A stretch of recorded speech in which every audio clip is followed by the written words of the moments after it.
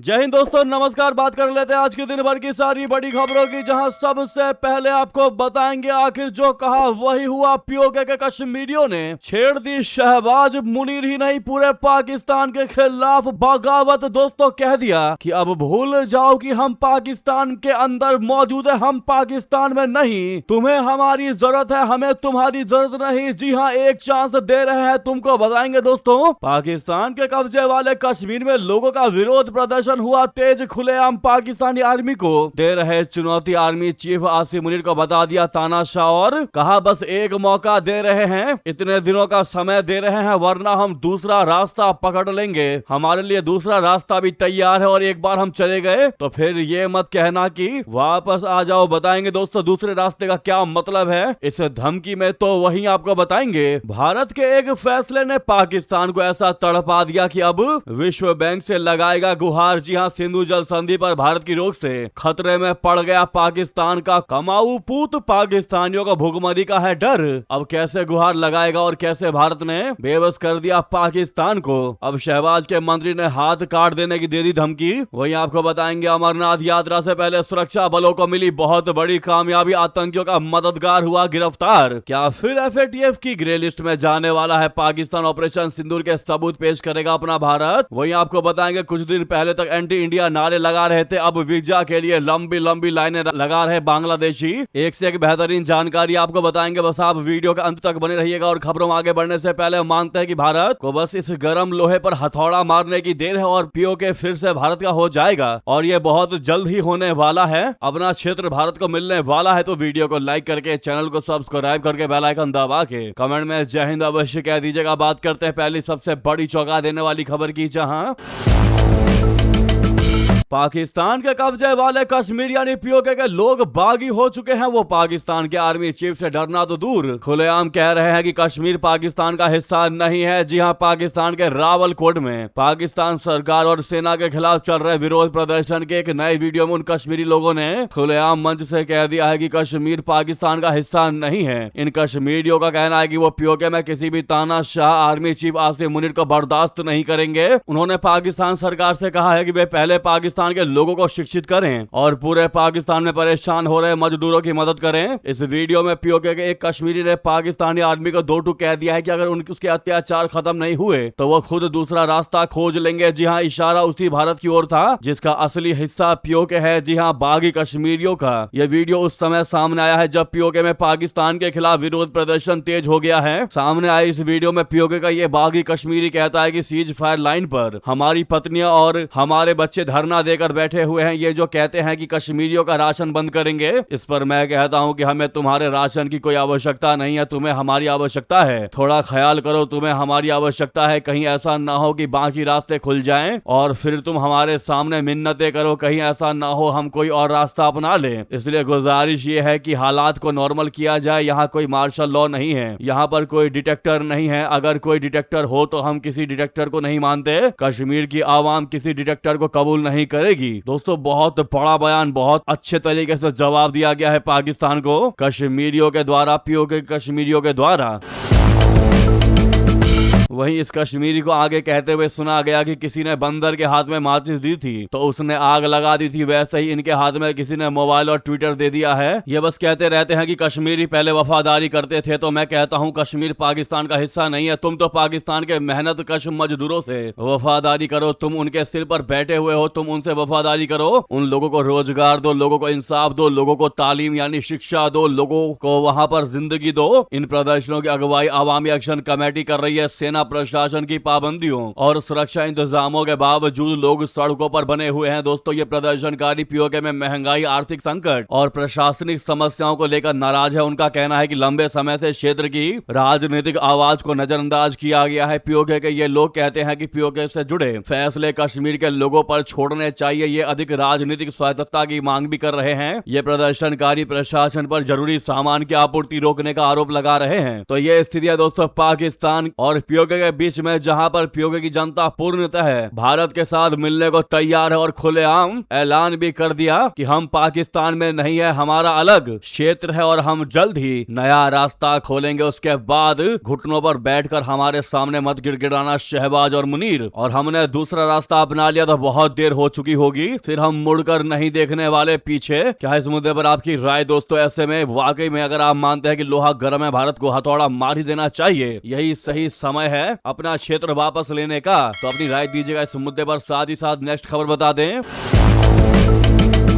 वहीं सिंधु जल संधि पर भारत की रोक से खतरे में पड़ गया पाकिस्तान का कमाऊ पुत। भुखमरी के डर से विश्व बैंक से लगा रहा गुहार। दोस्तों, सिंधु जल संधि पर रोक लगाने के बाद पाकिस्तान बौखलाया हुआ है, उसको पानी का डर सता रहा है। सिंधु समझौते पर भारत के रोक लगाने के बाद पाकिस्तान की 80% कृषि पर खतरा मंडरा रहा है। अब पाकिस्तान के एक और अहम सेक्टर टूरिज्म भी खतरे की जद में आ गया है। संधि को लेकर अनिश्चितता ने पर्यटकों के साथ ही टूर ऑपरेटर और उन स्थानीय समुदायों में चिंता बढ़ा दी है जिसकी जिंदगी नदियों, झीलों और वाटर पार्कों पर निर्भर है। एसोसिएटेड प्रेस ऑफ पाकिस्तान की रिपोर्ट के मुताबिक इसका सबसे ज्यादा असर खैबर पख्तूनख्वा और पाकिस्तान के कब्जे वाले पीओके में पड़ सकता है। इस इलाके में हजारों परिवारों के लिए पानी पर्यटन की जान और आजीविका का जरिया है जो पूरे पाकिस्तान से पर्यटकों को खींचता है। खैबर पख्तूनख्वा का इलाका पाकिस्तान के सबसे तेजी से बढ़ते पर्यटन स्थलों में से एक बन चुका है। हालांकि पाकिस्तान में पर्यटन से जुड़े लोगों को डर ये सता रहा है। उनका कहना है कि अगर भारत सिंधु जल संधि यानी IWT का पालन नहीं करता है और नदी के बहाव में रुकावट आती है तो इन स्थलों पर असर पड़ सकता है। इसका गंभीर असर स्थानीय व्यवसायों, होटलों और एडवेंचर टूरिज्म पर पड़ेगा। नारन काघन घाटी में सैफुल मलूक झील, आंसू झील, हरिपुर में खानपुर बांध जैसे स्थल पाकिस्तानियों के लिए पर्यटन आकर्षण रहे हैं, लेकिन भारत के सिंधु जल संधि पर रोक लगाने के बाद यहाँ खतरे की आहट होने लगी है। अगर केपी में यानी खैबर पख्तूनख्वा में नदियों का प्राकृतिक बहाव खत्म हो जाता है तो टूरिज्म पर बुरा असर पड़ेगा। इसके लाखों लोग बेरोजगार हो जाएंगे और ये भुखमरी को जन्म दे सकता है। दोस्तों, पाकिस्तान में यह चिंता ऐसे समय तेज हो गई है जब भारत ने पाकिस्तान को जाने वाले पानी पर कड़ा रुख अपनाने की बात कही है। हाल ही में भारत के जल शक्ति मंत्री CR पाटिल ने कहा है कि पाकिस्तान को पानी की एक बूंद नहीं जाने दी जाएगी। उन्होंने ये भी कहा कि साल 2028 तक इस कार्य योजना को पूरे तरीके से लागू करने पर काम चल रहा है। उत्तरी खैबर पख्तूनख्वा से बहने वाली नदियों सिर्फ टूरिज्म ही नहीं बल्कि बायोडाइवर्सिटी, मीठे पानी के इकोसिस्टम और पीने के पानी की भी सप्लाई करती है। पाकिस्तानी विशेषज्ञों का कहना है कि विश्व बैंक से संधि के पालन के लिए भारत पर दबाव डालने की अपील की है। भारत और पाकिस्तान के बीच 1960 में सिंधु जल संधि विश्व बैंक की मध्यस्थता में हुई थी। पाकिस्तान के सीनियर वकील मलिक अशफाक ने APP को बताया कि पानी पाकिस्तान की इकोनॉमी और लाखों लोगों की आजीविका का केंद्र है। उन्होंने कहा कि अगर सीमा पार जल प्रबंधन की अनिश्चितता का हल नहीं निकलता तो खेती, पनबिजली से लेकर इकोसिस्टम तक बुरी तरह प्रभावित होगा और यही कारण है कि शहबाज और मुनीर की हालत खराब है। पैरों तले जमीन खिसकती जा रही है कि एक तो पानी भी नहीं आ रहा, दूसरी तरफ हमारा इकोसिस्टम और इकोनॉमी खराब हो रही है देश की। अब ऐसे में वो विश्व बैंक से गुहार लगाने लगा कि भैया देखो, तुम्हारे रहते हुए ही ये मध्यस्थता हुआ था, लेकिन आज भारत हमारे साथ ऐसा कर रहा है, कृपया करके इसमें ध्यान दीजिए और इस डील को सुचारू रूप से चलवाइए। यानी इससे आप क्लियरली कह सकते हैं कि पहलगाम में हुए आतंकी हमले के बाद भारत ने पाकिस्तान को बहुत बड़ा और तगड़ा सबक सिखाया है, जो कि पाकिस्तान लाइफ टाइम नहीं भूलेगा और अगली बार कुछ भी गलत करने से पहले भारत के लिए 100 बार सोचेगा। इसी मुद्दे पर शहबाज के मंत्री ने बड़ी गिदड़ भभकी भारत को दी। उसने कहा है कि अगर कोई पाकिस्तान के हिस्से के पानी पर कब्जा करने का प्रयास करेगा तो हम उसके हाथ काट देंगे। यानी कि दोस्तों, पाकिस्तान के बड़े हुक्मरान शहबाज मुनीर की हालत खराब कर दी है भारत ने इस मामले में, लेकिन उनके मंत्रियों की जुबानबाजी अभी भी कम होती दिखाई नहीं दे रही। क्या कहते हैं आप लोग? क्या इस मामले को लंबा खींचना चाहिए? क्या भारत को जल्दी सुनवाई नहीं करनी चाहिए पाकिस्तान की? क्या कहते हैं आप लोग? इतना ही नहीं, वही आपको बता दे कैसे पाकिस्तान ने अपना असली रंग दिखा दिया, मजहबी रंग। खत्म हुआ कृष्ण गली राम गली का ड्रामा, ढा दिया गया 125 साल पुराना गुरुद्वारा। जी हाँ दोस्तों, पाकिस्तान एक और अपनी छवि सुधारने के लिए पुराने हिंदू और सिख विरासत से जुड़े ऐतिहासिक स्थानों के नाम बहाल करने की बातें करता है, लेकिन वहीं दूसरी ओर धार्मिक धरोहरों की सुरक्षा को लेकर उस पर लगातार सवाल उठते रहे हैं। अब खबरें आ रही हैं कि पाकिस्तान के फर्रुखाबाद इलाके में स्थित करीब 125 साल पुराने गुरुद्वारा सिंह सभा को गिरा दिया गया है। यह गुरुद्वारा सच्चा सौदा के पास स्थित था और सिख समुदाय के लिए एक महत्वपूर्ण धार्मिक और ऐतिहासिक धरोहर माना जाता था। सोशल मीडिया पर वायरल वीडियो और तस्वीरों में दावा किया गया है कि गुरुद्वारे का गुंबद पहले हटाया गया और बाद में पूरी इमारत को ध्वस्त कर दिया गया। दावा किया गया है कि पहले भी इस मुद्दे पर संबंधित अधिकारियों का ध्यान दिलाया गया था, लेकिन कोई कार्रवाई नहीं हुई। घटना की सूचना मिलने के बाद पाकिस्तान सिख गुरुद्वारा प्रबंधक कमेटी PSGPC और आसपास के क्षेत्रों से सिख श्रद्धालुओं का एक जत्था मौके पर पहुंचा। हालांकि पुलिस की मौजूदगी के बावजूद श्रद्धालुओं को गुरुद्वारे के परिसर में प्रवेश करने की अनुमति नहीं दी गई। इसके बाद उन्होंने बाहर ही अरदास का विरोध दर्ज कराया। इस घटना के बाद सोशल मीडिया पर लोगों ने धार्मिक स्थलों की सुरक्षा को लेकर पाकिस्तान सरकार पर सवाल उठाए और मामले की निष्पक्ष जांच की मांग की। फिलहाल इस पूरे मामले में पाकिस्तान सरकार की ओर से विस्तृत आधिकारिक प्रतिक्रिया सामने नहीं आई है। वहीं सोशल मीडिया पर लोग मांग कर रहे हैं कि यदि गुरुद्वारे को वास्तव में गिराया गया है तो जिम्मेदार लोगों के खिलाफ सख्त कार्रवाई हो और पाकिस्तान में मौजूद हिंदू, सिख तथा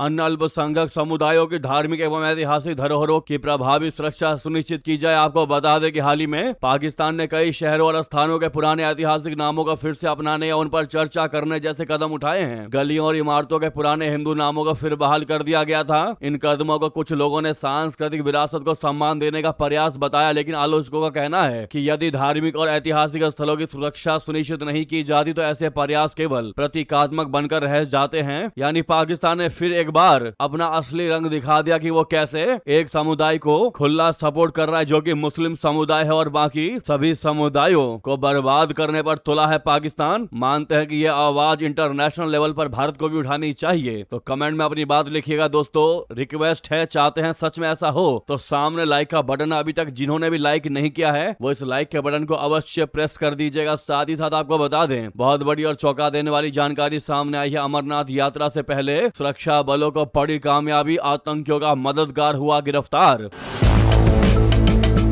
जी हां, जम्मू कश्मीर में आतंकियों के सफाई के लिए लगातार अभियान चलाया जा रहा है। वहीं उनकी मदद करने वालों के खिलाफ भी कार्रवाइयां की जा रही हैं। इस बीच जम्मू कश्मीर के कठुआ जिले में सुरक्षा एजेंसियों को बहुत बड़ी सफलता हाथ लगी है। पुलिस ने रात भर चले विशेष अभियान के दौरान पाकिस्तानी आतंकियों के एक मददगार को गिरफ्तार किया है। अमरनाथ यात्रा शुरू होने से पहले इस गिरफ्तारी को बड़ी कामयाबी मानी जा रही है। जानकारी के अनुसार जिस शख्स को गिरफ्तार किया गया है उसका नाम हाजी लतीफ है। जांच एजेंसियों का कहना है कि हाजी लतीफ पिछले 2 दशकों से सीमा पार से आने वाले आतंकियों की मदद कर रहा था। उस पर आरोप है कि उसने अब तक कम से कम 12 पाकिस्तानी आतंकियों को भारत में घुसपैठ कराने और सुरक्षा बलों पर हमले करने में सहायता दी। शुरुआती जांच में यह भी सामने आया है कि जैश-ए-मोहम्मद के कई शीर्ष कमांडर सियालकोट के रास्ते भारत में घुसपैठ करने के बाद हाजी लतीफ के संपर्क में आते थे। इसके अलावा वो लश्कर-ए-तैयबा के आतंकियों को भी लंबे समय से रसद, ठिकाने और अन्य तरह की सहायता उपलब्ध करा रहा था। सूत्रों के अनुसार हाजी लतीफ के पाकिस्तान की खुफिया एजेंसी ISI के वरिष्ठ अधिकारियों से भी कई वर्षों से संपर्क था। उस पर सीमा पार से आतंकियों की घुसपैठ आसान बनाने और उनके नेटवर्क को सक्रिय रखने का आरोप है। फिलहाल इससे पूछताछ जारी है। इसमें अपडेट ये भी है कि आतंकियों ने पाकिस्तान में कई हथियारों का जखीरा बॉर्डर पर इकट्ठा कर रखा था। भारत के खिलाफ आतंकी गतिविधियों को अंजाम की साजिशें रचने वाले लश्कर-ए-तैयबा ने हाल ही में पाकिस्तान के नारोवाल जिले की शकरगढ़ तहसील के टेरा क्षेत्र में नईमत स्टेडियम के पास हथियारों की बहुत बड़ी खेप जमा कर रखी है। मिली जानकारी के अनुसार हथियार की जमा खेप में 150 यूनिट M4 राइफलें, 150 यूनिट N22 पिस्तौल, 300 यूनिट HE36 और 100 किलोग्राम विस्फोटक शामिल हैं। ये चौंकाने वाली जानकारी सामने आ रही थी जो हमने आपको बताया। बहुत जरूरी था पाकिस्तान को बेनकाब करना। वहीं भारत क्या एफर्ट्स लगा रहा है दोस्तों पाकिस्तान को